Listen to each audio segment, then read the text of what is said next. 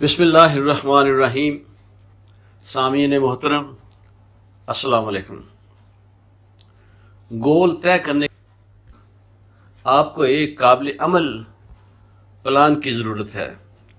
फ़ौजियों की तरह एक मास्टर प्लान, मगर साथ ही दूसरा प्लान भी बना लें ताकि अगर पहला प्लान नाकाम हो जाए तो दूसरा प्लान इख्तियार करें।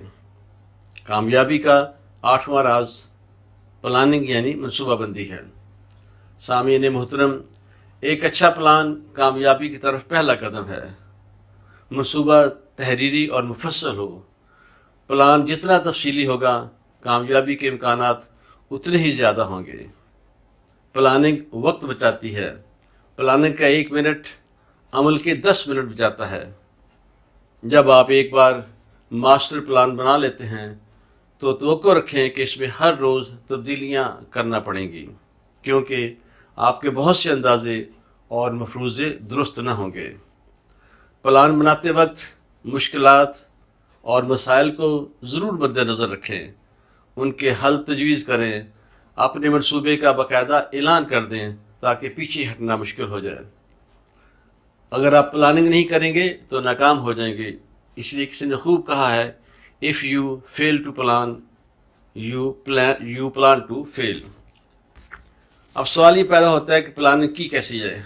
प्लानिंग के लिए आप ये अमल करेंगे। नंबर 1, सबसे पहले उन चीज़ों की फहरिस्त बनाएं गोल के हसूल के लिए जिनकी आपको ज़रूरत है, मसलन सरमाया, महारत, इल्म, तरबियत और शख्सी खूबियाँ। नंबर 2, उन अहम वसाइल की लिस्ट बनाएं जो आपके पास पहले ही मौजूद हैं। नंबर 3, उन चीज़ों की लिस्ट बनाएं जो आपके पास मौजूद नहीं हैं, फिर उनको हासिल करें, सीखें या ख़रीदें यानी हायर करें। नंबर 4, आप गोल के हसूल के लिए कदम कदम मुफस्सल प्लान का ड्राफ्ट तैयार करें। आप सवाल कर सकते हैं कि गोल के हसूल के लिए सबसे पहले मुझे क्या करना है, फिर क्या करना है। गोल तक पहुंचने के लिए हर कदम की तारीख मुकर्रर करें। नंबर 5, एक सफ़े पर मुश्तमिल खुलासा तैयार करें और उसे रोज़ाना पढ़ें। सामीन मोहतरम, मनसूबा तैयार करने के बाद फ़ौरन उस पर अमल शुरू कर दें, चाहे आप तैयार हैं या नहीं। प्लानिंग के बाद अगर आप इस पर जल्द काम शुरू नहीं करेंगे तो शुकूक व शुबहात पैदा होना शुरू हो जाएंगे कि शायद आप नाकाम हो जाएं, और नाकामी का खौफ फ़र्द को नाकाम कर देता है। उठें और बस शुरू कर दें। देखें क्या चीज़ काम कर रही है और क्या नहीं। जो चीज़ काम कर रही है उसे जारी रखें और दूसरी को छोड़ दें। सामीन मोहतरम, हर काम और सफ़र के 3 हिस्से होते हैं। पहला शुरू करना, दूसरा दरमियान वाला हिस्सा और तीसरा आखिरी हिस्सा। जब आप काम शुरू कर देते हैं तो आप अपने सफ़र का तीसरा हिस्सा मुकम्मल कर लेते हैं। शुरू करेंगे तो कामयाबी का लंबा सफ़र तय हो जाएगा। किसी भी काम को शुरू करना मुश्किल तरीन काम होता है। जिस तरह हवाई जहाज़ को ज़मीन से उठने के लिए फ़िज़ा में उड़ने की निस्बत बहुत ज़्यादा ताकत की ज़रूरत होती है, इसी तरह किसी काम को शुरू करने में ज़्यादा ताकत लगती है और फिर कम। ज़मीन से उठना ही मुश्किल है, लिहाजा ज़मीन से उठने के लिए आप जो कुछ कर सकते हैं करें।